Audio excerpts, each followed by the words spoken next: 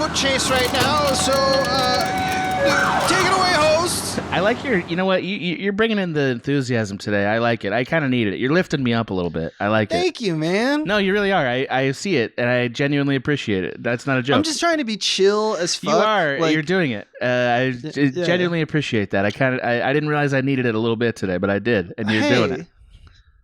Hey, no, for real. I appreciate it. Cool, man.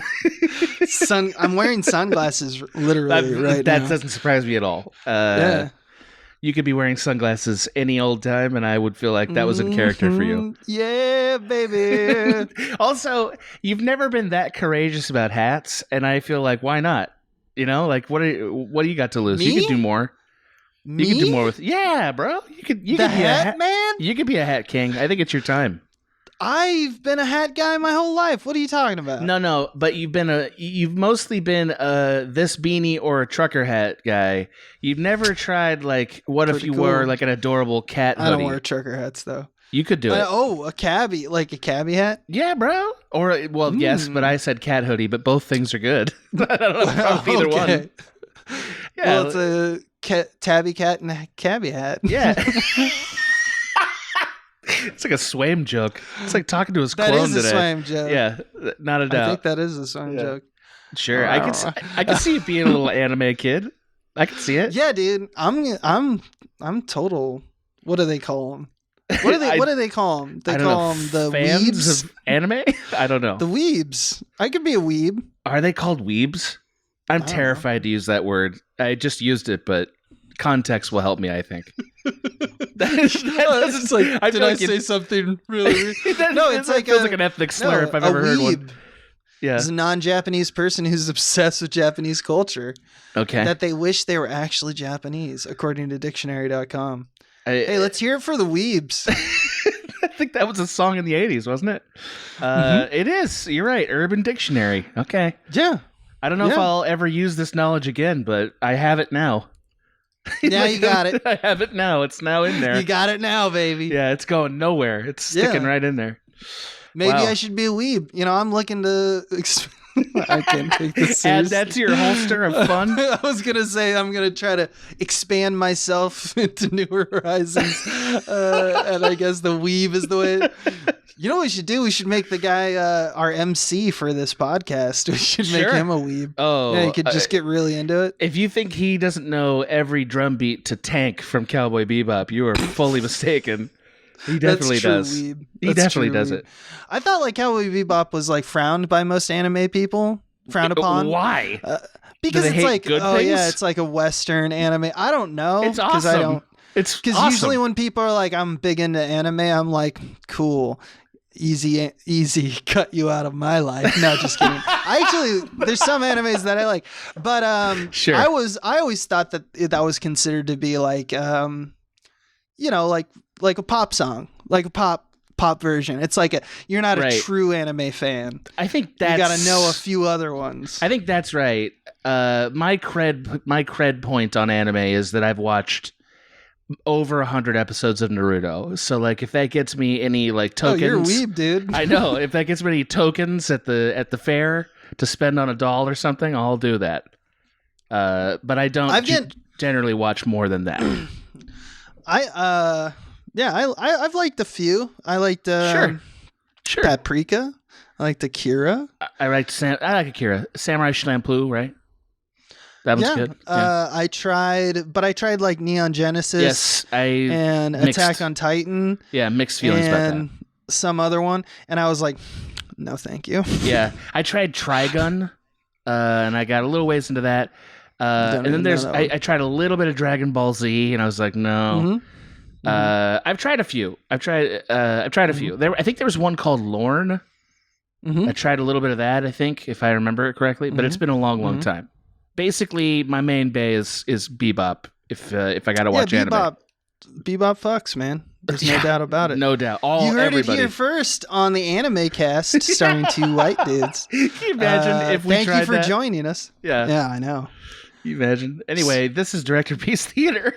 This is Directorpiece Theater, as the guy said. Yeah, right. Long time ago. Long time ago. Yeah, man. I'm excited to be here. Me too. And you brought a movie. I did. And a premise that you wanted to talk about. Yeah. I want to hear it. I want to hear it. Thank you. So this will be fun because Abe and I we may not totally agree on this premise, which that's not a thing we've ever done before. So we'll actually have the discussion about it up top, I think, for fun. Okay. And then and then at a certain point, I'm just gonna be like, okay, well, let's just accept that we're doing this premise, and then we'll go. Yeah, we're doing it. That you're right. Yeah, I think you deserve that. That's fair. Yeah, I mean, I think the audience really, so that they can at least enjoy a piece of content that's on a theme. So this is about the 2010 film, The Book of Eli, which is it's the first time I've ever watched it. Was about 3 weeks ago. Because I got on kind of a Denzel kick. Oh yeah, I love those. Oh, me too. Yeah. Did you watch Man on Fire? I did. I also watched Flight, which I was trying to get one of these about Flight because I really liked that movie, but I didn't. Nothing really super popped out. And then I watched this movie, and I was like, "Oh, this is real strange." A lot of really strange things about this movie. Mila Kunis is in it. Yes, that's also also Gary Oldman's in it. Gary Oldman is in it, and he's got kind of like frog throat. He's got a little bit of like frog throat in it, you know? He's got like Tom Waits is in it. Oh, Tom Waits is incredible. Yes. He's got a real frog throat. Yes, he does. Yeah, he had it surgically implanted. Frog in there. Yeah, in the 70s. Frogs all around. Ray wait, who is it? Ray Stevenson? I think that's right. I think that's correct. Denzel, Gary Oldman, yes, Ray Stevenson, you were correct, and Jennifer Beals, interestingly, is in this movie. So it's kind of like it's a weird match of things to be in this movie. Like that's like a kind of unorthodox cast. I think you would agree, right? Well, it's the Hughes Brothers. Yes, it is. It's also, and this is what's so fascinating about it. It's their last film. Like they do not direct movies together anymore. But they used to, right? They used to be a joint venture, and this is their last film together. Yeah. I think this movie is better than their previous movie that they made, which is From Hell. I didn't love From Hell either, but I mean, I think they're weird. But they're they make like they get like big casts, and they make like arty type movies. I wouldn't say that they're art house. But they're very meditative, and they go for that kind of thing. And they made Menace to Society. That was kind of their big breakout, and also Dead Presidents. And then Dead Presidents is what I was thinking of. Yeah. Yeah, and they sort of moved on from directing together mostly after From Hell, and they kind of reunited to do this movie, and then they have not worked together since. And that's interesting, right? It's like, because they're twins also. So it's just the idea that they were working together as twins, and then they're like, nah. And they like broke up. They broke up. Hey, man. Yeah, hey, why not? You know? Sometimes you got to break up the twins, man. Yeah, why should they? They're two different people, you know? Yeah. They don't have to work together. They don't have to do a prestige thing either, where they're like living half a life, you know, for the other one. They don't have to do that. What if they were, though? That would be amazing. I got so angry actually at that. They're still directing together. Yes, right. But they just act like Alan Hughes and Albert Hughes. Yep. They act like each other, and they're like, yes, I, Alan Hughes, directed The Defiant Ones. And they're like, okay. I got so like, wink, irritated. Wink, it's actually Albert. Like one of them is in love with his wife and the other one's not. When I watched The Prestige, and I'm sorry, spoilers for that, I guess. The first time, that was the moment when I found out that was the twist of it. I was just livid because that's such an impossible idea. Anyway, that's a totally different conversation. So look, The Book of Eli. Often listed as one of the best Denzel films, or somewhere in his top 10, which is quite a filmography. If you go back through it, it's like, wow, this guy's been in a lot of great movies. And he's a great actor.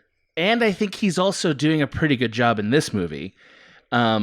This is a movie that takes place in a post-apocalyptic world that I think is fair to describe as a Western, world. Like it's like a lawless, absolutely Western world, post-apocalyptic Western. Yeah. Yes, and I'm gonna go through and like sort of go through and define how this is a Western and what that means in a minute.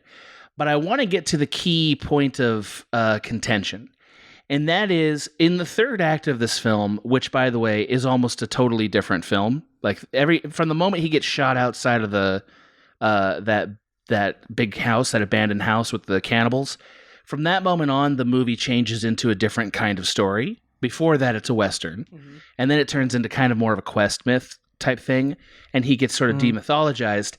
From that moment on, we are slowly leading to this one key moment, which is the moment where Eli turns over this book, the book by the way being the Bible, to a printing press in Alcatraz, which will then in theory save this piece of literature for posterity. And the Bible has been a source of conflict in this little Western town the whole movie. And then right at the end, we discover that the book, which has been stolen by this rival gang leader, played by Gary Oldman, was actually in Braille. And that means, like, literally, there were never words in it except for they were in Braille language. So there was never any, like, there was never a point where there was, like, written text. Right? Yeah, no one can read in this world, by the way. Yes, that's correct. Yes. Really? So, and I'm sorry, I'm not saying Braille isn't a written Braille text. I'm just saying that like it was a Braille only Bible. You get the idea. So then we discover that Eli, this character that Denzel plays, is able to recite this book from memory, implying he has read this over and over and over in Braille. And we get this very long, slow dolly into his clouded eyes. And from that, I intuited, so the movie's saying he's been blind this whole time. And I looked it up. I did a bunch of research online, and I found a lot of people making the argument, yes, he's blind. And then retconning whether or not that is true based on a bunch of different things that he does in the movie and some sound cues and stuff. Now, when Abe and I started this conversation off mic, Abe was like, he is not blind. Do you still? I didn't get that. Yeah, I didn't. Yeah, get you didn't. that. You didn't. So you think the movie didn't say that he was blind? Is that what you're saying? Yeah, yeah. Okay. I didn't catch it. I probably wasn't watching it because I didn't. The dolly that you're talking about, I don't really remember, it's or like at least almost the cloudy. At the very end. I do. It's at the house, right? It's like as he's reciting the Bible. As he's reciting the Bible in Alcatraz, they do a really tight dolly into his eyes, and his eyes are clouded, and it's like, what? And then you realize, oh my God, he's blind. Yeah, I bet they were. I just think that's real dumb. Yeah. Totally. It is dumb. It's a real dumb. Yeah. It's trying to do like a Sixth Sense twist. Like the twist is like that's the sizzle, and it's like, what if you were doing Sixth Sense and it's like the whole time he's clearly not like dead, people are talking to him right all the time, right? And then they're like, but really he's dead. But see, it's no, he's not. He did all that other stuff. Oh, you think Sixth Sense is a badly executed twist too? Is that what you're saying? No, I'm just saying that no, because no, that's not what I'm saying. Sixth Sense does the thing where no one talks to him, but Shyamalan utilizes it's all in the notes you don't play. Right. So he's assuming that we're just gonna, just blaze right through the movie and not think about it. And he was right for a lot of people. Great. Because they didn't expect it. This movie is also a thing that you wouldn't expect a twist in. So it's like, I guess it's a good setup for it. But it was like a twist that wasn't really necessary. I mean, I guess it was because that means that Carnegie, who's played by Gary Oldman, doesn't get the thing he wants, the book. Right. Correct. But it's like he's dodging stuff, like the way he walks around. That he's not a blind guy. Like, I guess you're supposed to believe that he has he's like a Daredevil situation. Yes, right? That is the only way to make sense of it. I think the key ingredient here is that it's sort of how do you interpret that shot at the end, really, about whether or not this was supposed to be clearly retconned or whether this is like a really convenient alternate reading. I thought that. Yeah, my argument is maybe he wasn't blind, but like God gave him sight, or I don't know. Well, he says he asks a question to the other blind woman, and he asked like, "Were you blind from the war?" Meaning because of the nuclear bomb, and I think that's what's sort of implied is that like he did have sight, and then he lost it in the nuclear war because he was alive for that. Now. So I'll put it to you this way to the audience of this show and also to the film audience at large. If you don't accept the idea that this movie is saying that he's blind, this whole podcast will probably not be super useful to you. I do think the movie is trying to say that. I completely agree with Abe that when I watched it, I was like, what? And also didn't like that. I still don't like it. But I did think it was interesting enough to talk about. And also, quite frankly, I was surprised by the fanfare that kind of goes along with this movie. Like, people still kind of fondly remember it. And my suspicion is the reason why is because of this twist. Like, I think the twist kind of made the movie feel like, to a lot of people. And so it kind of like lingered. In part, I think, for exactly the reason you said, which is we didn't think we were getting a twist ending. So that's kind of fun. It's fun if it works. Yeah, if it works. Right. But now, it doesn't work. Absolutely. So I'm going to do a little bit of work a little later in the podcast here to explain sort of some of like what focus we're going to take on this issue of him being blind.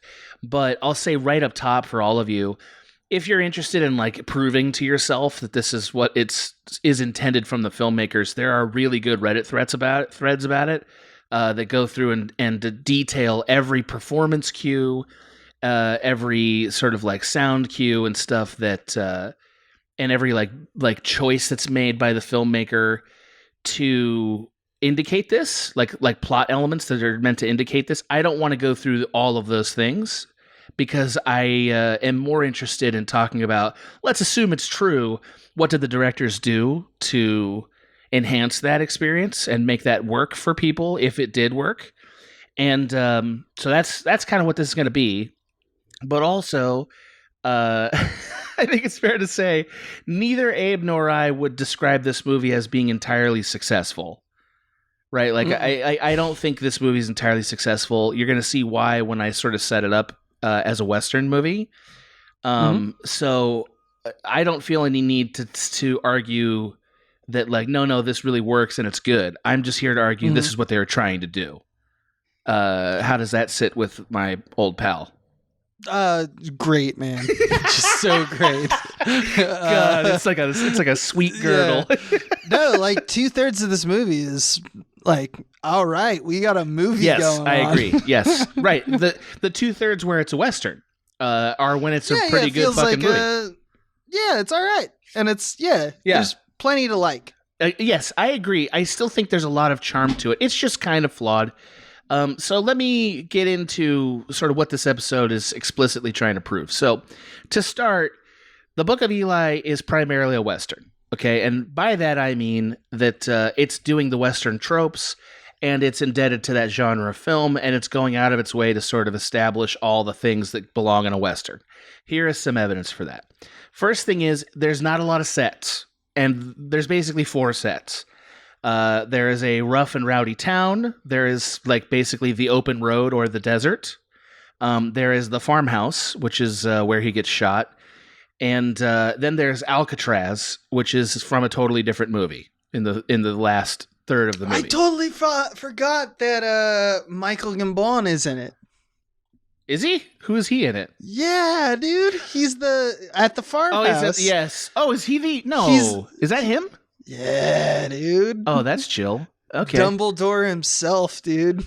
Wait, he's the cannibal? Mm-hmm. Do I not remember that? That's insane. Mm-hmm.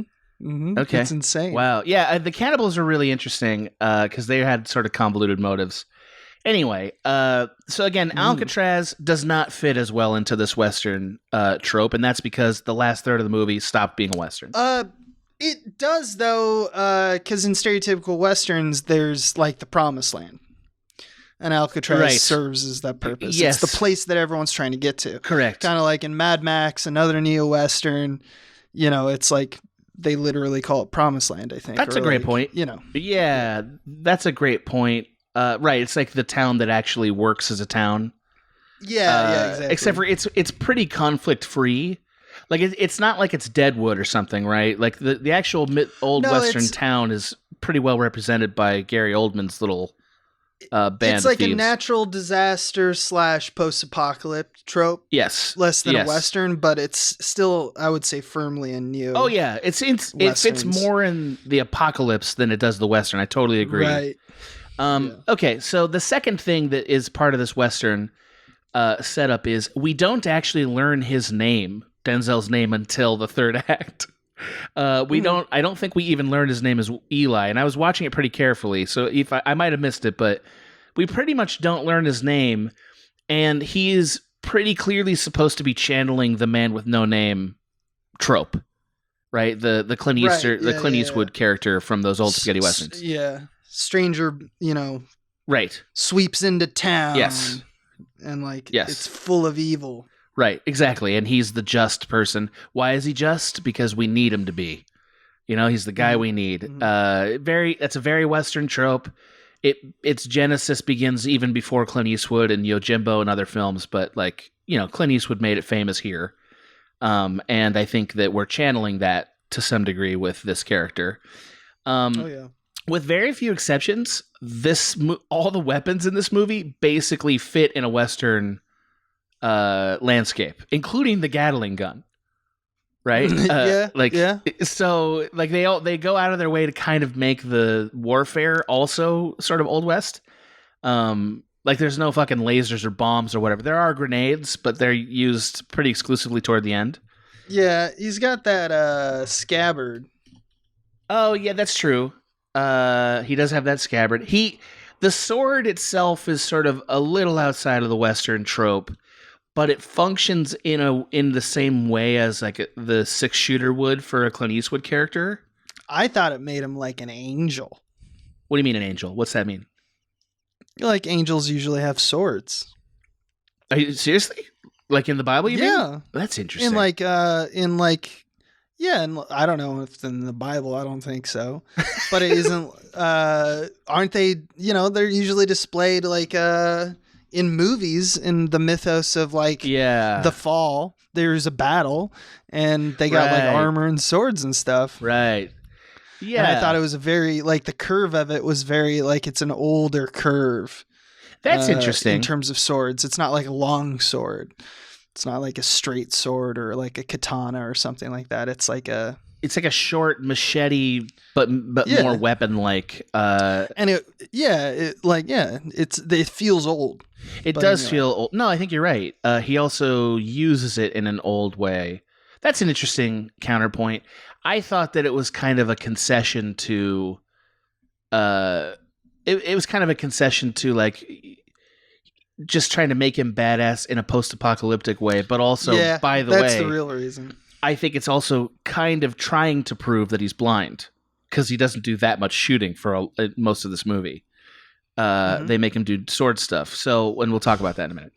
But he does do shit. He does shooting stuff, and the shooting stuff is basically impossible in every sense of the word. Yeah. But I think they tried to justify it with sound design. But anyway, we'll get to it. So, got it. The Bible itself is I checked this, and I'm pretty sure I'm right. It is a King James version. That's right. The King James version is basically the only Bible in common use in America until the turn of the century, the turn of the 19th to the 20th century. Again, an old Western Bible. If you were actually finding Bibles that were left in the landscape from an apocalypse that happened now, you would probably not find a King James Bible. You'd probably find a totally different version, like an NIV or some other version. There's just a lot more contemporary versions than that. So they made it on purpose, a King James Bible. But wasn't it famously... What's the history of that, though? It wasn't it to make it more something that the populace could easier read easier. The King James, so it's like the People's Bible is what it was considered. Yes, the King James Bible is an English translation, and all of those translations were made for the purpose of letting the people read the Bible, which they could not when it was in Latin. Because it was in Latin, yeah. Right. So that has its own symbolic weight. It does, right? Correct. And that's I think why we're doing that. And it's just to be clear for anybody who's interested in this issue, King James Bible is not the first translation for people, but it was one of the first English translations. There were German ones in the Protestant Reformation. So like the struggle to get the agreed upon written word of God, so to speak, into people's hands began before the King James Bible, but we care about that because we're English speaking. So that's the idea. But it does do everything you're saying, Abe, 100%. So, now the film has this problem where after the second act, when it becomes this quest myth, that's when it reveals that he's blind. And I think that part of the reason why we do this sort of like he's wounded and he has to be carried into the fortress and, he has to do things by memory is to kind of demythologize him enough to make him a human being again. So that when they reveal that he's blind, we're supposed to be like, wow, he was blind the whole time? No way. Instead of, that's bullshit. Which is, I think no way. Yeah. I love this. You like how I wrote it? I love this. Yeah. No way, I don't buy that. Is how I wrote it. No way. I just like that idea of you sitting in a theater doing just no internal monologue. You're just saying it to the screen. Oh. Just really funny to me. It is funny. People's inner monologues. Because it's so stupid. You keep going. No, you're right. But we are sort of left at that precipice about this issue, right? Where they're hoping your reaction is like, oh, wow. Can't believe it, or like, is that really? Wow. Like that you're impressed by this, that you accept it and you're impressed by it. Their dread, the deep dread of the filmmaker is that you don't. Right, is this you're one. Like yeah. Me, and I'm your worst nightmare because I'm like, that's some stupid shit right there. Yeah. You didn't do it. Yes. But yeah. Again, just to repeat for everybody, I'm conceding that it's not, it doesn't work all the way. But that's the idea here. That's the goal. So, and I'm conceding that it's entirely intentionally did. Yeah. Okay. Fair enough. So the argument that I'm actually going to make here is these directors have two masters to serve. Okay. The first one is they got to make a Western hero. And the second one is it needs to retcon as a blind man. So the discussion is, how will we make a film? What film techniques can we use to serve both of those interests and successfully plant the idea that he's blind in hindsight while still maintaining the idea that he's the man with no name? So we're going to explore those issues. Now, again, you are allowed, if you want to say, I don't agree with this, no problem.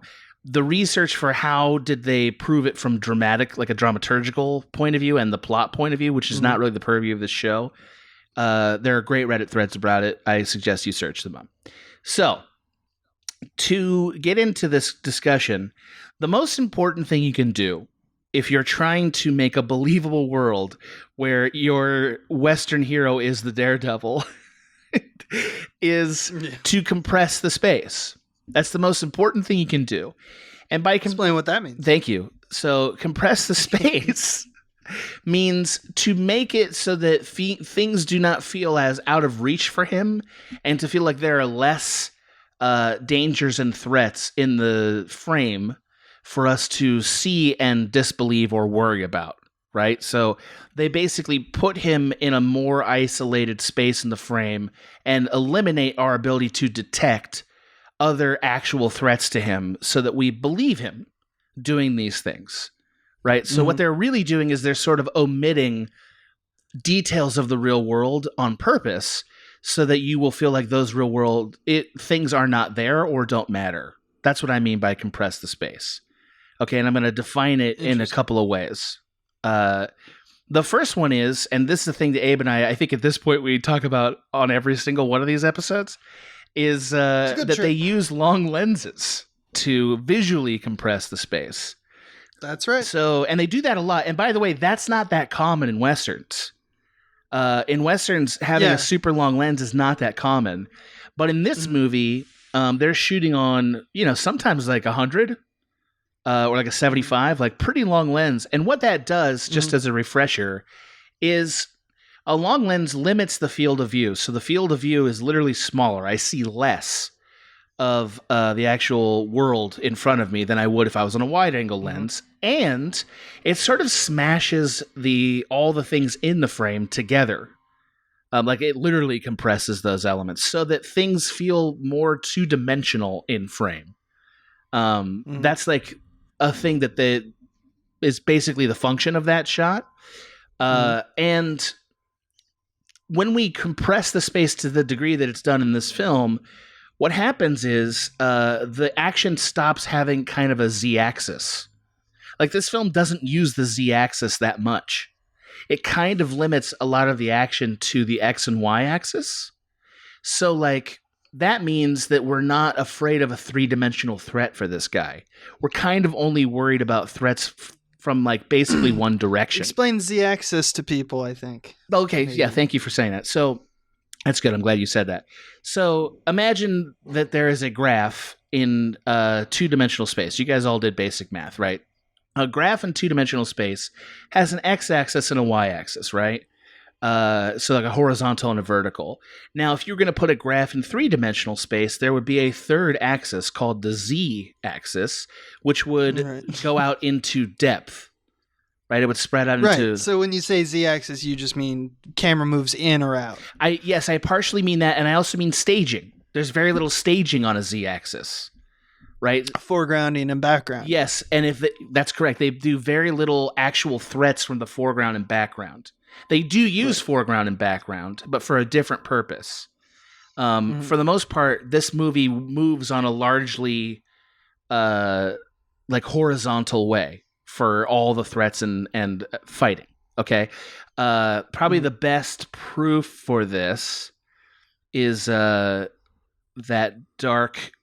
That sort of under the overpass fighting scene that we have, which happens very early. That shot literally eliminates the ability to distinguish anything but X and Y axis. It literally blots out the ability to see the Z axis at all. So it compresses it together. So it's almost like a black and white painting, if you will.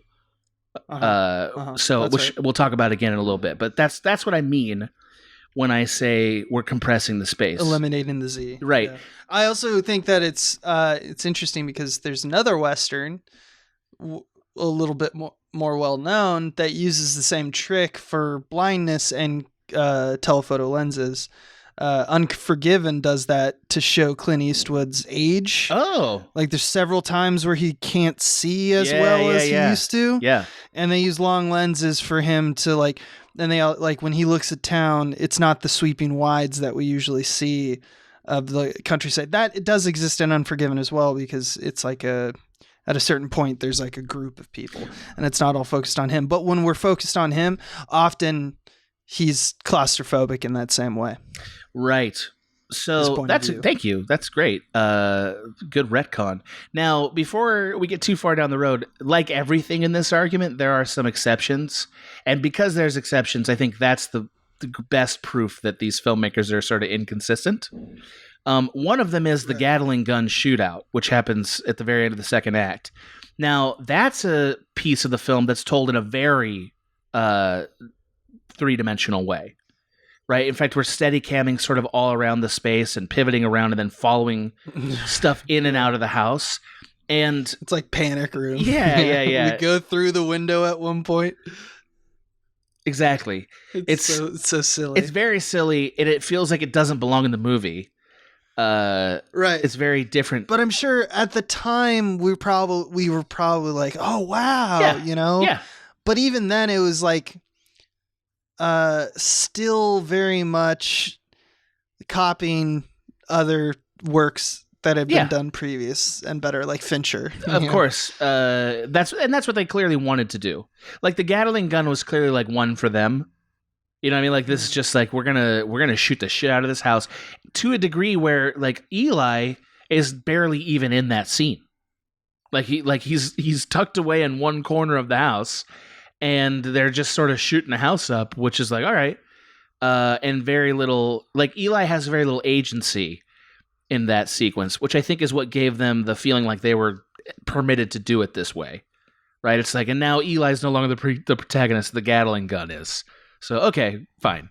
Also, he does this weird thing where he looks out the window that I can't figure out how they possibly justified that to themselves as a blind guy. Yeah.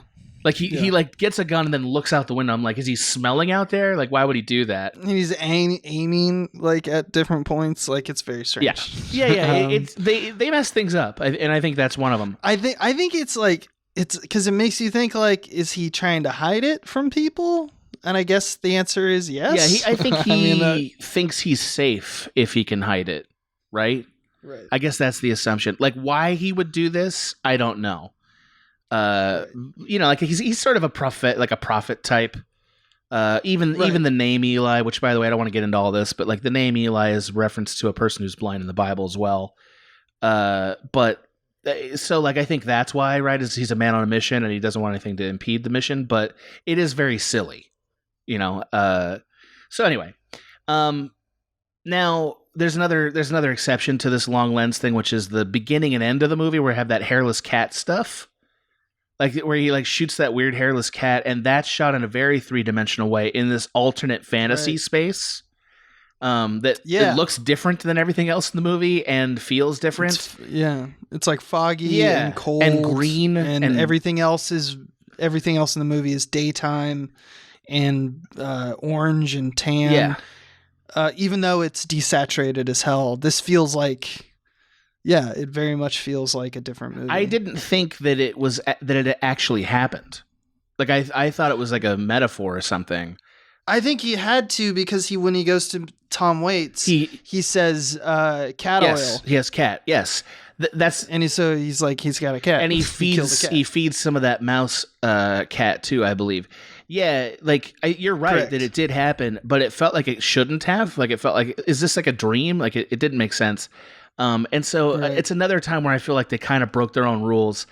I will say that he doesn't shoot the cat until the cat makes a sound. Like that's the clue. It's still that's the nod. Yeah, it still feels very stupid to me. But that's the argument. So because cats notoriously loud. But like maybe he didn't think he was gonna necessarily get a cat. Maybe he's just a blind guy shooting whatever's there.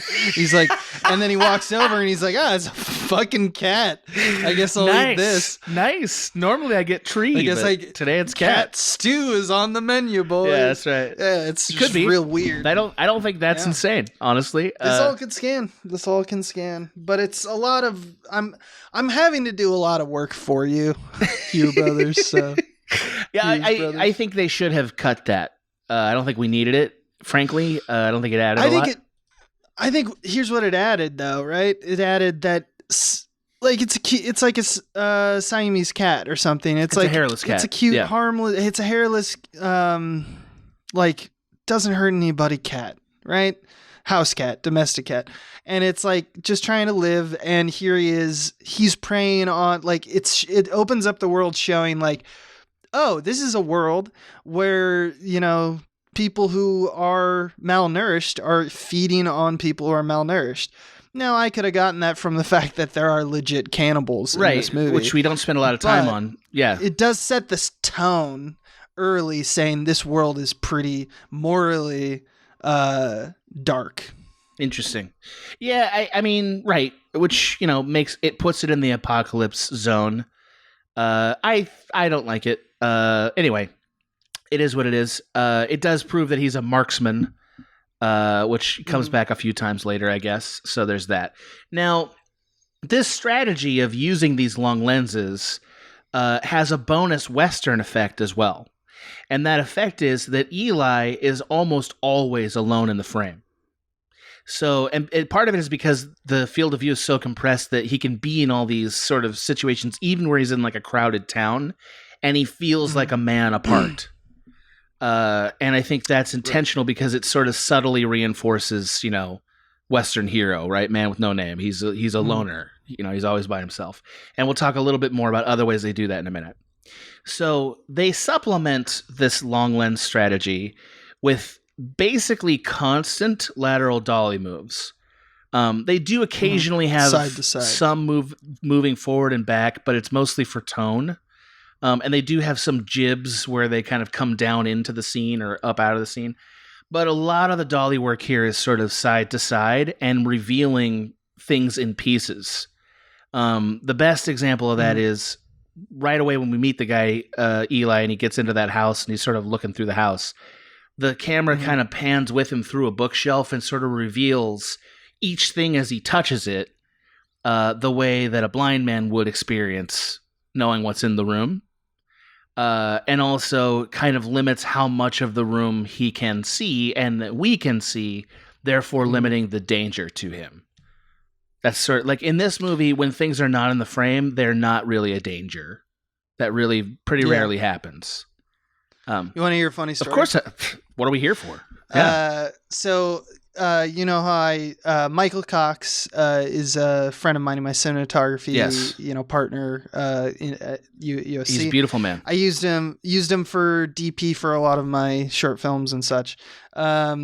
One time, I forget what show it was because who can remember, but I wanted a shot where I was like, all right, so I want to be on a 50. Why? Because I can't see that stuff. Okay, so you have to compress the space somewhat because I can't see too wide, right? But I wanted the dolly, and I was like, maybe it's dolly zoom, and we hide the zoom in the dolly because I want it to compress. I want to get real close to the face. Yeah. And I want it to be like almost an extreme close-up by the end of it. And so I called like a 50 based off how much track we had. He's like, 50? He was like, you're calling a 50? He's like, yeah. And I was like, we'll just go all the way. He's like, dude, you're going to need twice as much dolly track. I'm like, I don't know. I think it's fine. I think it's let's try the 50. Love it. And lay out all that track. Yep. Let's do it. And he's like, you're wrong. Yeah. You're wrong. He's like, I know you're wrong. You're just like woefully trying to be optimistic. Yeah. And I was like, no, it's going to be fine. He's like, that's what you know what? I'm not going to waste time because we're already wasting time by having me do this. So I set up all the track and all right, show me the shot on the 50. And we do the shot and I was like, it's not,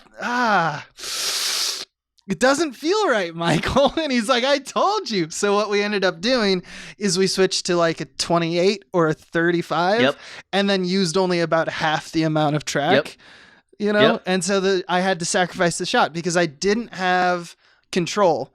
But it shows you, I guess the reason I thought of the story is just because when you try to have a longer lens and you put it on a dolly and you try to go towards something, you don't feel the move whatsoever. Yes, you don't at all. You need a wide angle lens when you move in and out to feel the in and out because it's just an aspect of the lens. With a wide angle lens, you are literally doing the thing that they call pinholing. And like what it's essentially doing is the closer you are to the lens, you see farther out. Now that's a big problem if you have to, let's say, obscure a thing on the side of your set that you can't see. So that's why I had to like move the camera dolly up closer, and I couldn't get the range of motion that I wanted because I couldn't get anything I wanted because I just didn't have control. It's one of the reasons why so many feature films are shot in wide angle lenses because like basically Z-axis movement, meaning forward and back, on a wide-angle lens makes you feel like you're moving in space, right? This is why you feel a Steadicam is almost always on a wide-angle lens because the Steadicam's job is to give you the sense of moving freely through the space. We only get that when we're moving on a Z-axis. Like if you're moving horizontally, that feels more like a dolly shot, which of course doesn't have to be on a wide angle lens at all. In fact, you might feel horizontal moves more acutely when you're on a longer lens, which is exactly what this film is doing. So thank you. That's very helpful. So anyway, we've talked about how these lens lengths compress the space. So another way that these guys are compressing the space to make this man a Western hero and a blind man is that they don't light lots of stuff. Like they're putting a lot of things in shadow that really shouldn't be in shadow. This film has a whole lot of chiaroscuro, like not only hard light, but also just sort of things being blacked out, that like faces and stuff, even where you don't see a lot of detail. The point of it being, actually, instead of adding depth like it does in things like, I don't know, Mad Men, or like some show like that where they use Godfather, where they'll use like negative fill to give a sense of depth. In this movie, the shadows are so thick and there's so much of it, it actually kind of flattens the image. It makes it feel kind of like a Gothic painting or something, where you don't get to see the details of the set that much, or the details of the people in the foreground or background that much. Now, that's not that typical in Westerns, but what it does is it limits the amount of threat for him, right? Like, he is on a two-dimensional flat world, which limits the directions from which a threat can come. My favorite example is the one we already mentioned. It's like right in the beginning of the movie, he finds those weird, I guess they're grifters or whatever, right? Like they're the guys with the overpass, the overpass. Yeah, they're just thieves. Yeah, just thieves. They're just roving around scamming people by faking that someone needs help, and they're trapping. They're going to take all your stuff and kill you. Now, just another little note there. He notices them because of their smell. Just pointing that out. He smells their dirt a mile away. He does. But he does an interesting thing, which at the time feels like, when you first watch it, you're like, oh, I get it. So this movie's very cool. Which is he backs intentionally into that shadow to stab those dudes to death. Right? And he has like an old boy-esque fight, it actually reminded me the most of that fight from Kill Bill 1 where the lights go out and then they come back on and she's just a silhouette, and it's just a sort of side-to-side fight. And it's cool, right? I liked it. I thought it was cool, but also felt very like style over substance, when I first watched it. But also, the MVP of that sequence is the guy with the chainsaw, because he gets like cut on like 8 times, and there's like, you can tell there's like the second time he's stabbed, he's like, I don't like. It's the moment that I know that I would react this way, which is if I were to if I were a lackey and I was like, and they're like, you have to kill that man. I'm like, yes sir, and I do it, and I get stabbed twice the way that guy got stabbed.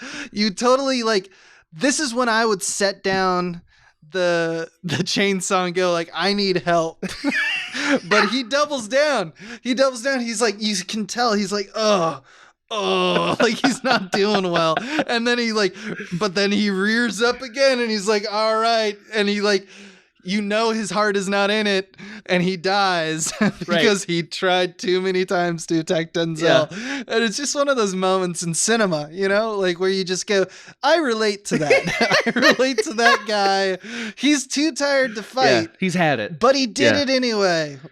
I know it's because the script said so, he has but to the guy the actor really, he really brought that, I liked it. I'm enjoying you shitting on this movie. You're right about all of that. I can't argue even a little bit. It is very clear to me that these guys wanted to do an old boy fight, and that's what this was. It is pretty badass. Yeah. I mean, with the sword, he's doing cool moves, and it's Denzel. You're like, wow, didn't expect that. Though, he does it for a legitimate reason, which is it evens the playing ground for him. They can't see either when he's in all darkness. But how would he know? I guess maybe it wouldn't be as hot. It's fine. It's fine. Everything's fine.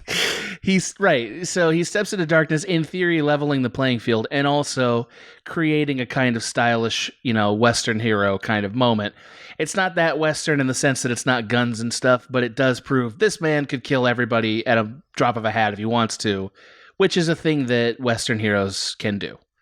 Right? They can land all 6 of their 6 shooters before another person can get a bullet out of the holster, right? Like, simple as that. Right. So that's the point. It does that. It's fun.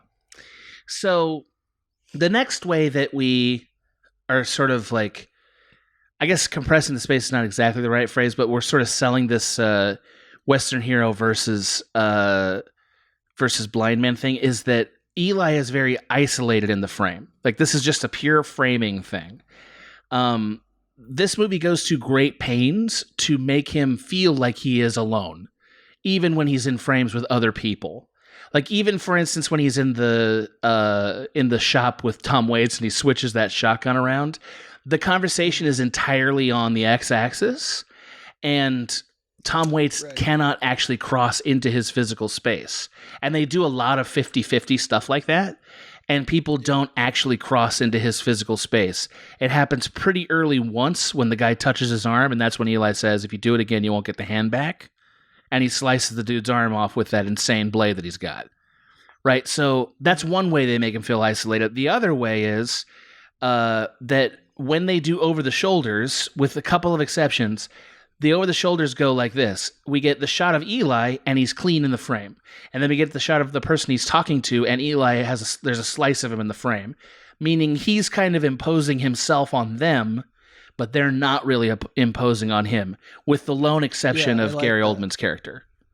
They have matching. Yeah, I like that. Yes. And I like thinking about, like, I think more movies should do that, which is like frame equality, I believe, is what I've heard it being called before. I've never heard that term, but that totally makes sense to me. Balancing of frames. Balanced frames. Well, I think that, like, if we can learn anything about how much latitude there is on this issue, I think one of the best scenes in cinema history for this issue is the conversation between Clarice and Hannibal Lecter when he's in his cell. Yeah. Because the shots are, I believe she's in an over the shoulder, and you see some of him in her shot. But if not, she's very small in the frame. And then we cut to the reverse is a dead on, almost close up of him looking right at camera. And you never think that's a weird shot. You just don't think it. He has complete control of everything. Yeah, it just fits who that guy is. And so you're riveted and terrified by this guy. And the truth is, it's a bold filmmaking tactic. Like, you don't see it a lot. And then later in the film, they reverse it, or Jonathan Demme reverses it to show that Clarice is in power. Yes.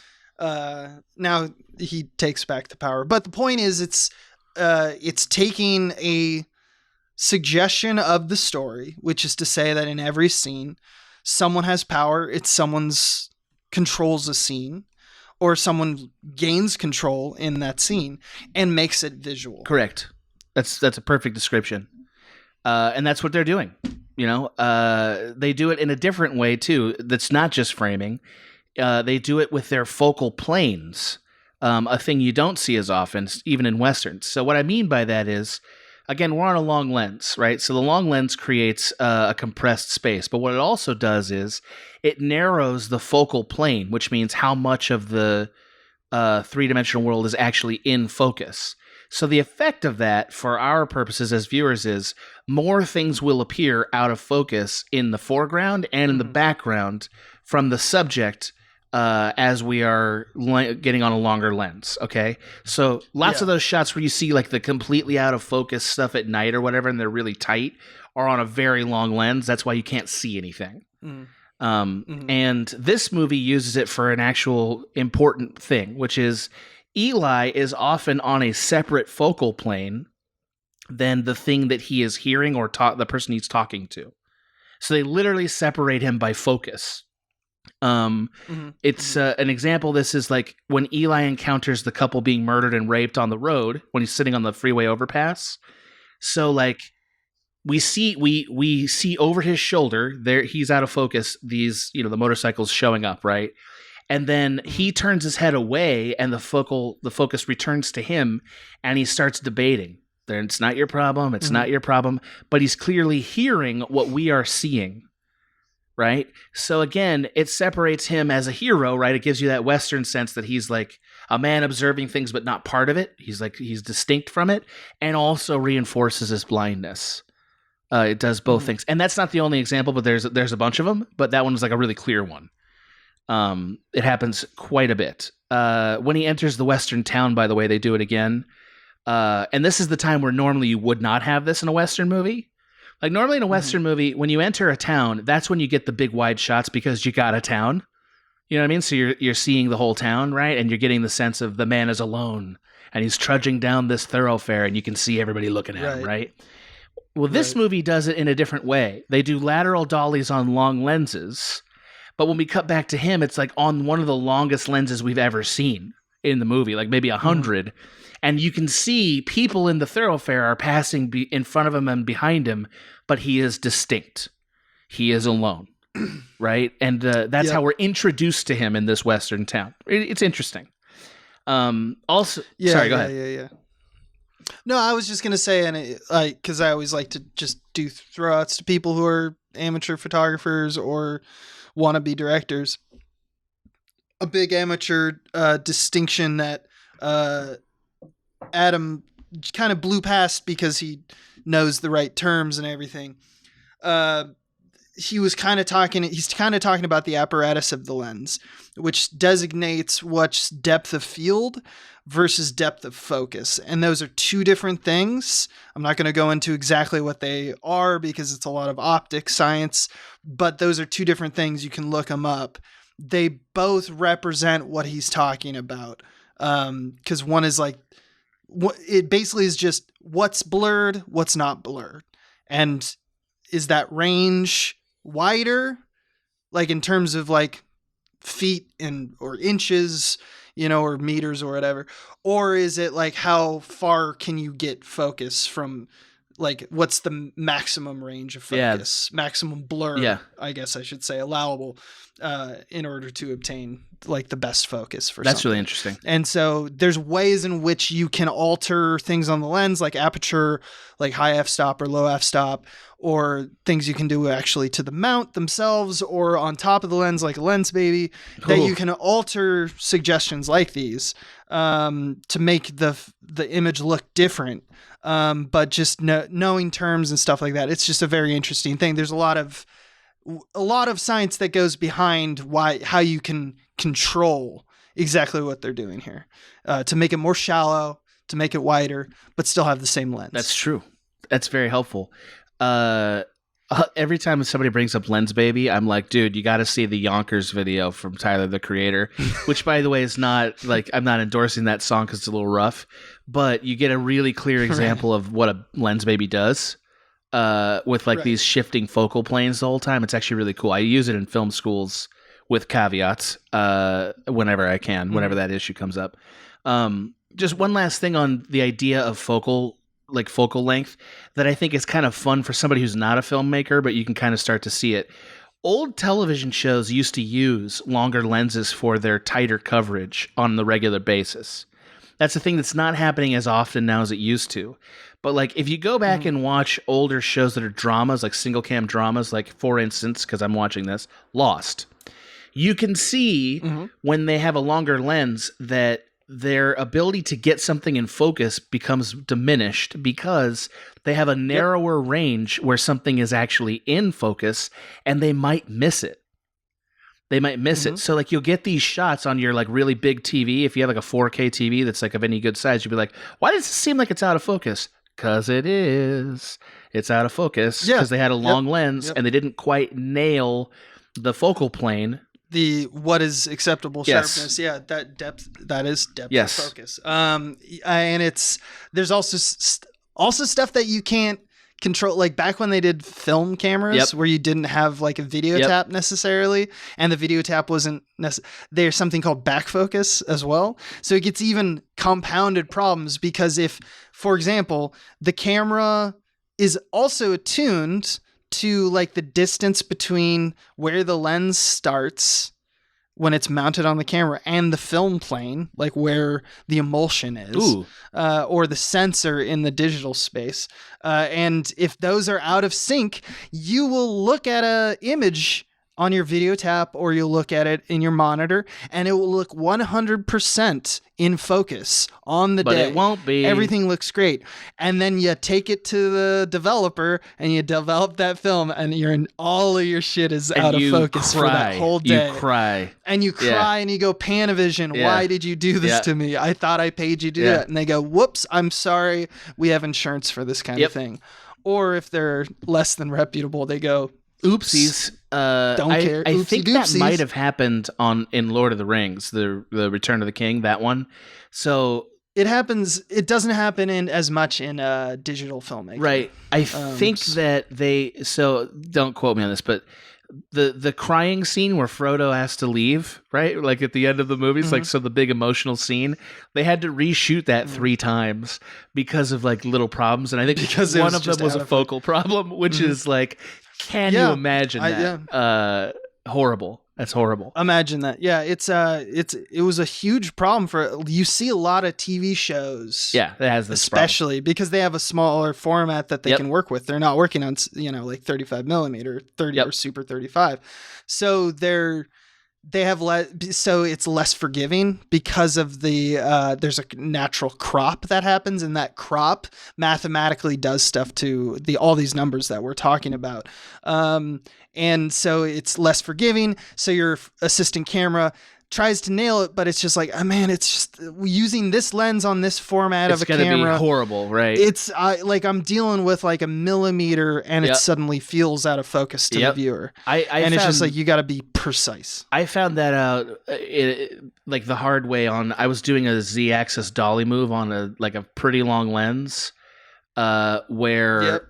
It was like, that's another reason not to use long lenses. It was really hard. So like the subject was coming toward camera was going toward subject, because the camera is a point of view shot. So it's like we're doing a point of view shot looking at the person who's then walking toward us, but it was on kind of a longer lens. And like my poor DPs, who were both great, one of them actually shot some stuff for us Cracked, just couldn't get it because it was like a really hard pull. And the pull becomes exponentially more difficult as the subject gets closer for exactly the reason you're talking about. Yeah, exactly. And I had to I have to change this shot because like I don't have the tools for this, which I learned the hard way. Or you rehearse it so much. We don't have time to do that, man. I wish we could. But especially when we were doing our stuff in indie filmmaking, you typically work at like TV speed. So that means you're getting 5, in our case, 10, 7 pages a day. Yeah. Versus like, I don't know, a feature film that has like a studio behind it, where you can get away with shooting a page or 2 a day. Right. Anyway. I mean, we shot like 9 pages a day when we were doing Starship Icarus, which in hindsight, I don't even know how I did that. Yeah, it's impossible. We did it. Crazy. Anyhow. Last way I want to talk about sort of the idea of compressing the space, again, for both the Western tropes and for the blindness, is the sound design, which is a thing we don't talk about too much. But this movie made some really important and key decisions on sound design that kind of drift past you if you don't think about it. One of them is the soundscape in this movie is very minimal. Like very minimal. And by that, I mean, there are tons of scenes where something doesn't have a sound until it shows up in the frame. So like the motorcycles, for instance, in that scene we talked about earlier, where he's in the overpass, the sound of the motorcycles does not start until they enter the frame, which means we didn't hear them coming at all. And only things in the frame matter. Okay, so that's interesting. Another thing that happens is the soundscape doesn't have the full reality that would exist in the world. It only has the key sound that you're supposed to hear or think about. Again, when we're like walking in the Western town, each shot showing what the town is like from Eli's point of view, he only really hears one thing. He hears that baby crying. He hears that guy slurping that soup. This guy bumping into that other guy, right? But he doesn't hear the rest of the town. It's kind of muted, right? So it's because he's using his ears to get the landscape. Yes, Is that what you're saying? We're creating a sort of echolocation, a location. That's exactly what's happening. Yeah, and I see that. It's a subtly done thing, like, and it feels very. I didn't pick that up. I legitimately didn't pick that up, but that's a good point. It feels very stylish, like it feels like a hyper stylized decision, but it's actually not just that. It's really more of a narrative decision. And just so you guys understand what we're talking about, this is the opposite thing that would happen in a horror film. In a horror film, you would hear lots of things you can't see. The entire world of the film is available to you sonically, but you can only see certain things, and so you start to feel like, where is it? Where is it? Right? This is the opposite. The sound world doesn't exist. It only what you can see exists, which bizarrely in our brains kind of hardwires us to feel like we are able to map sonically what this world is from that. It's very interesting. It kind of also, in a funny way, sort of like harkens back to those old spaghetti westerns, because the spaghetti westerns didn't. The spaghetti westerns they're called that because sound. Yes, they were called that because they were shot by Italian filmmakers, and they would not record usable production sound. They just didn't care. They didn't care. So like they would record just picture, and then later on they would add sound, which is why you get so many scenes where the sync is really bad, right? Like if you watch Good, Bad, and the Ugly, so good, dude. Their lip syncing is like, what? Why is it like that? Because they didn't record production sound. Right? It's so fucking punk rock. I love it because it's just like, I don't care. And it's just like, I want to get the visuals. Why? Because look at how cool this place is. Correct. America looks really cool. That's all these Italian Americans doing this kind of stuff. And then they're like just going off for no reason, just making, like, calling their shot. I bet no one's going to care if it feels really dubbed because we have, like, I don't know, an actor saying stuff and just say it in Italian, but like my lips will be making, Italian words, and it's just like, we'll overdub it. We'll fix it. Post. It's fine. It'll be fine. No one will give a shit. And they were right. It actually adds to the charm of spaghetti westerns. It does add to the charm of them. It makes the visuals pop out a lot because it's sort of all you have. It's noticeable, but it like doesn't care. Yeah. That's one of the kind of beauties of it. I don't know. I just like that. I agree. I think it's very charming. I think everybody who's watched a spaghetti western kind of has to embrace that idea, and it's fun. Yeah. But also just notice that like they don't do that much sound design either. You know what I mean? Like not only do they not do much with the lyrics, or not the lyrics, the dialogue lines, they don't do that much with like basic sound design either. So you only really hear the things that they want you to look at, or you hear the music that Ennio Morricone wrote. Right, those are the things that you hear, and this is sort of in a way a harkening back to that, and sort of reinforcing that idea of this western. Now they also use the music idea, but they use it in a different way, right? Which is that he is listening to his iPod. And by the way, he has the click iPod so that he knows when he's cycling through things. That's why he picked that iPod and not a new one. Just have it on shuffle. Yes. Well, right. That's what he should do. Well, he's got a great memory, so maybe not. Well, we're going to talk about that. Yeah, right. Sure. But he does have the click one. I think that's why.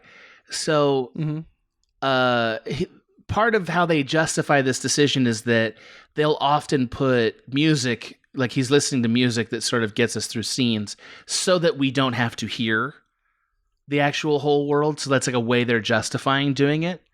So dumb. It is kind of dumb. And they pick songs that because are like, why? Because if he's literally listening to music that, as you've proven, more or less they're trying to say that's how he interacts with the world, is some form of like echolocation. Yeah, so why would he do that? He's a good fighter. Right. That's how he's daredeviling this shit. If that's true, so he's gonna walk through a tumultuous, hard to go, like, traverse terrain with many guys, bad people who are trying to murder you at any instant, like to surprise you, and you're just like, howdy hum, doo, listening to my iPod. Right? Why would he do that? It's just like, why would he do that? Completely agree. I think sometimes the filmmakers were just like, hey, whatever. They wanted that cool tune in here, so the song goes in, right? Which is like, why? But I will say one decision that's kind of cool is the score itself, which we get sporadically, but we do get it, is very much of the sort of echolocational reverberant soundscape, right? Like it almost sounds like a whale's call. Again, implying, this is how we see things in this movie, is this sound. It's through the reverberation time. Yes. Yeah. It's subtle, but they are doing that. So in conclusion, look, Abe, I felt just as offended by you as you did by this decision, because even if they had meticulously proven it, like in a Sixth Sense way, I still wouldn't believe it, because no, that couldn't happen. And the thing that makes me laugh the most is the idea that at the end of this movie, He doesn't have the Bible, no problem. He's just going to recite the whole thing from memory. He's making half that shit up. Can you even imagine what that Bible is? Can you even imagine what's in that Bible? Man, that'd be so many great jokes to just read passages from Eli's Bible. Like, oh my God, it'd be so good. Right? Yeah, just like, I want Malcolm McDowell, who's the guy who's like scribing everything, you know? Yeah. Malcolm McDowell. Just reading a passage to some children. Orange Malcolm McDowell. He's like just writing it down, and they're just like, are you just listing things that you hear right now? Biddy, this chapter of Exodus, my brother. Like, and then I hear the seagulls. Yeah, we're in Alcatraz. There's a bunch of seagulls. There's the holy seagull came down and bequeathed something. Hold on. Yep. Remember, I just want you know what would be great is, okay, so credits hit, and then they have a gag reel for all the mistakes that, like, it's still in character, like it's not like Denzel breaking character. It's like it's Eli like messing up fumbling the Bible. For like I forgot that word. What was it? Was it this? Wait, was that? Joshua was the guy, right? Joshua was the guy, right? Yeah, hold on. He was, and they're just like, we don't know. You're making shit up from ours.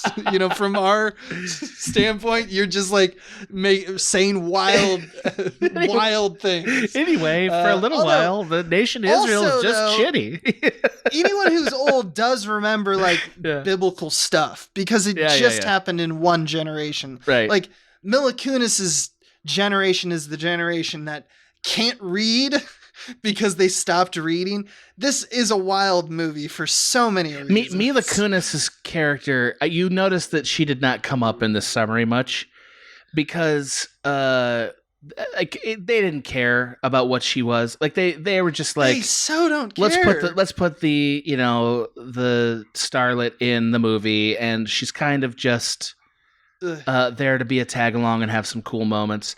And then and then at the end they're just like, and now she's gonna go in and be like the new Eli. Like, no, yeah, good luck. And I'm like, where did you learn? Like he has daredevil powers.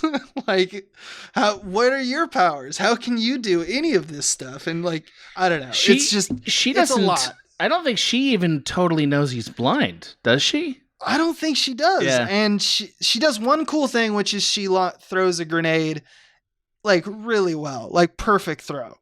But it like comes out of nowhere. She hasn't done anything up to that point, and she doesn't do anything after that point, really. And it's just like, and now she's like the new badass in town. And I'm just like, you got to earn it, man. I really want it. That sounds cool. That's a cool idea. Let's do it. But you got to earn it, right? Yeah. You can't just say stuff. You can't just say words and they're true. What's interesting is like make them true. Yeah, I like the artistry of some of their decision making. Like I like the spreadsheet of the things that they were trying to do. Some of them, but like they let too much stuff in that feels like it's countermanding it because they wanted to do a badass movie. Exactly, right. And I think that's so. I think very well done. I think you brought up some very key points that I missed a bunch of things, and you caught them. So kudos to you. I think this is, if anything, just one of those cases that shows that even if you aren't the greatest director, because you're probably in my argument here is because of what you just said, because you're distracted by ways in which you want to make the movie, you want a scene to happen, but you're not like justifying it from a story point perspective. Like you're just like, I want it to look like this, and I want an explosion, and I want this, and I want that, and I want that. And you're just like a kid in a candy store, which directors often have that problem. Yeah. Sometimes it's great because it's totally motivated and they justify it. They put in the work. Even the people who are just distracted by this stuff still have a good bag of tricks in which that they can employ on the audience in order to make you feel one thing or do another thing. So inconsistency seems to be the cross that they had to bear here. Yeah. I think they had, but they did good tactics, right? I think all the tactics you named are right on. Yeah, I liked the parts of the movie where it felt like they were really trying hard to do the premise. I also feel like they probably had some pressure to like make the movie feel like the movie poster would look. You know, right. like the things I don't like generally are all things that would be about making the movie seem cool. Like the Gatling gun, I don't like. The cat thing, I don't like. Mila Kunis's character, I don't like. But I think those are all things that would go on the movie poster, right? Like, or go on the trailer. So, you know what I mean? Like, I wonder if maybe they were a little hamstrung by the need to make a movie moment out of this. This honestly kind of quiet story. It's kind of a quiet story. It should be small, humble, subdued, and it felt like it wanted to be bombastic and like Sin City or something, right. And it's like, oy. It doesn't need to be, I'm the Hughes Brothers. Give everyone aviator glasses. Now, I will say this one thing about Denzel in this movie. When you go back and watch, and like, let's assume he's actually blind, I think you can appreciate the very fine line that he has to walk to try to make it work and make this person believable. And I think he does a pretty good job. Like he has a difficult time with like basic things, like he has to look at stuff or will notice that he's blind. There's so many times where he looks at stuff. He literally looks over like concrete in order to see that couple get killed. And he's like, and then he hides behind because he knows that they're around and they'll see him, which means he knows like the contours of the slab that he's hiding, which behind. Is not believable. It's not believable, right? It's a problem. It's a problem that like I can't say for sure, but I suspect came from both the director and the actors. At some point were like, look, we're just it's going to be this amount of good at this, and that's it. And like, so they were like, all right, fine. But I think Denzel's still trying pretty hard to do little things like feeling things with his hands to supplement this idea, or like breaking eye contact at weird times, or using tones of voices that don't match the movie that you think you're watching. Like his tone is always kind of a little different than you thought. He's doing something interesting in the movie. I think he deserves some credit for it. I think the reason people like this movie is because they like the idea of it more than the movie itself.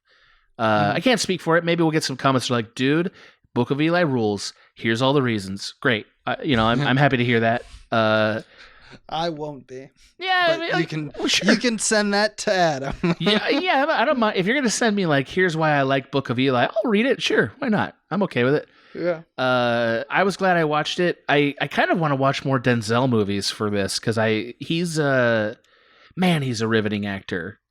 Like he's so interesting. Let's have a Denzel party. Yeah, like I really wish I could have found a good premise for Flight, because that movie is like I felt like new territory for him.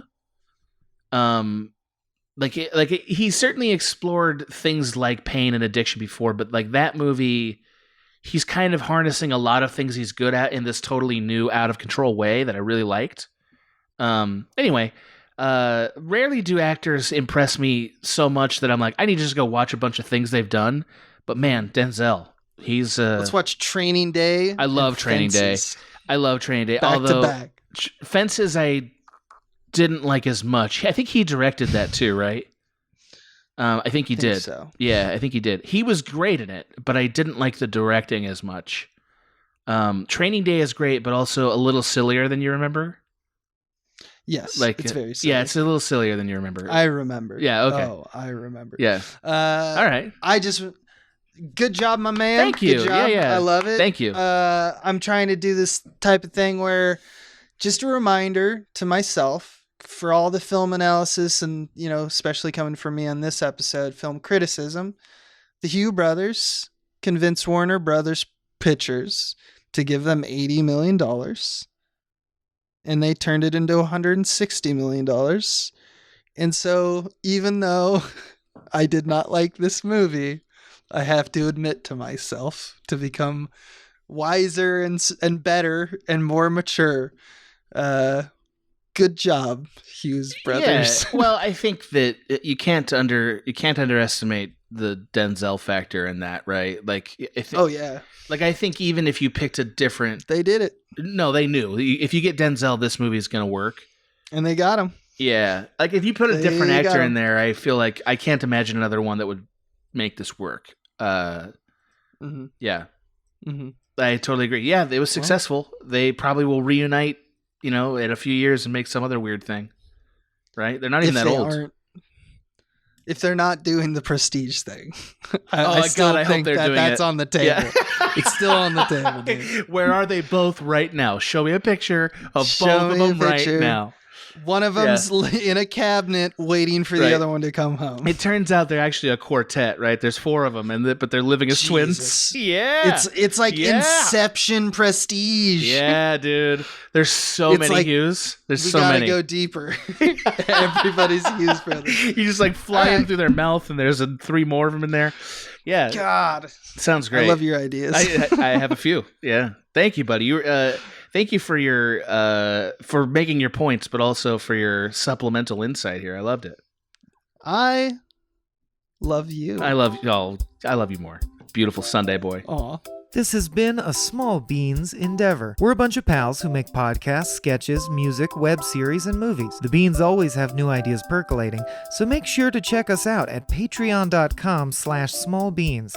That's patreon.com/smallbeans, where you can browse all of our current and past content, see what we've got planned in the future, and learn how your support can help the small beans grow into huge, giant monster beans. If you enjoyed this content module, please like, rate, subscribe, or tell a friend about us. We love you!